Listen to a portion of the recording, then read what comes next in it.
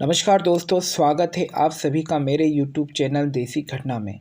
आज हम बात करेंगे भारत के इतिहास के एक ऐसे युद्ध की जिसमें भारत अपने ही लोगों के विश्वासघात के कारण मुट्ठी भर अंग्रेजों से हार गया।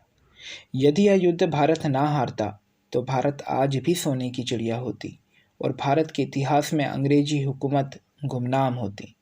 हम बात कर रहे हैं प्लासी के युद्ध की, जो दिनांक 23 जून सन 1757 को पश्चिम बंगाल के मुर्शिदाबाद के निकट गंगा किनारे प्लासी नामक स्थान में हुआ। इस युद्ध में एक ओर ब्रिटिश ईस्ट इंडिया कंपनी की सेना थी तो दूसरी ओर बंगाल के नवाब की सेना। इस युद्ध में ब्रिटिश कंपनी की सेना का नेतृत्व रॉबर्ट क्लाइव ने किया, जबकि उस समय बंगाल का नवाब सिराजुद्दौला था, जिसकी सेना का नेतृत्व उसके प्रधान सेनापति मीर जाफर द्वारा किया गया।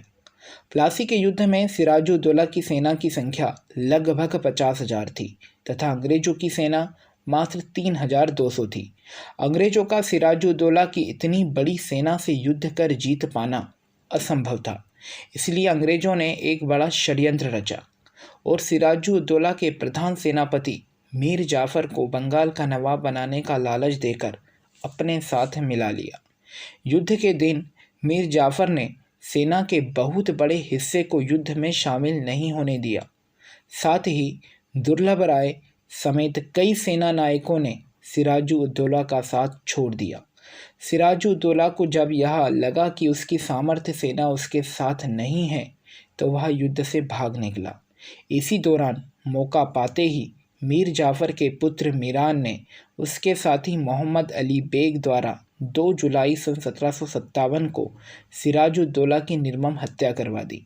इस प्रकार प्लासी के युद्ध क्षेत्र में अंग्रेजों के षड्यंत्र और मीर जाफर के विश्वासघात के कारण अंग्रेजों ने इस हारे हुए युद्ध को जीत लिया। अंग्रेजों के तय वादे के अनुसार मीर जाफर को बंगाल का नवाब बना दिया गया।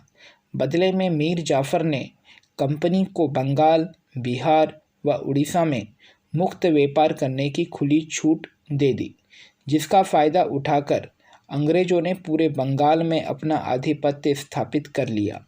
मीर जाफर, जो कि नाम मात्र का बंगाल का नवाब था, वो अब अंग्रेजों की कठपुतली बनकर रह गया था।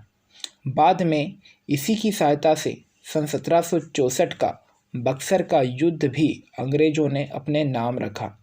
इस तरह अंग्रेजों की शक्ति मजबूत होती चली गई और वे पूरे बंगाल को अपने नियंत्रण में रखते हुए धीरे धीरे पूरे भारत में अपना आधिपत्य जमाना आरंभ कर दिया। इस प्रकार भारत अंग्रेजों के आने वाले 200 साल की गुलामी में कैद हो गया। मीर जाफर भारतीय उपमहाद्वीप में देशद्रोही व गद्दार का पर्यायवाची बन गया। इसे महान विश्वासघाती के नाम से भी जाना जाता है। इस प्रकार इस युद्ध को भारत के इतिहास के पन्नों में सबसे बड़े दुर्भाग्यपूर्ण युद्ध के रूप में लिखा गया, क्योंकि इस युद्ध में अंग्रेजों की जीत ना होती तो भारत कभी अंग्रेजों का गुलाम ना होता। तो दोस्तों, कैसी लगी ये जानकारी ज़रूर बताएं। तो फिर मिलते हैं किसी और घटना के साथ। जय हिंद, जय भारत।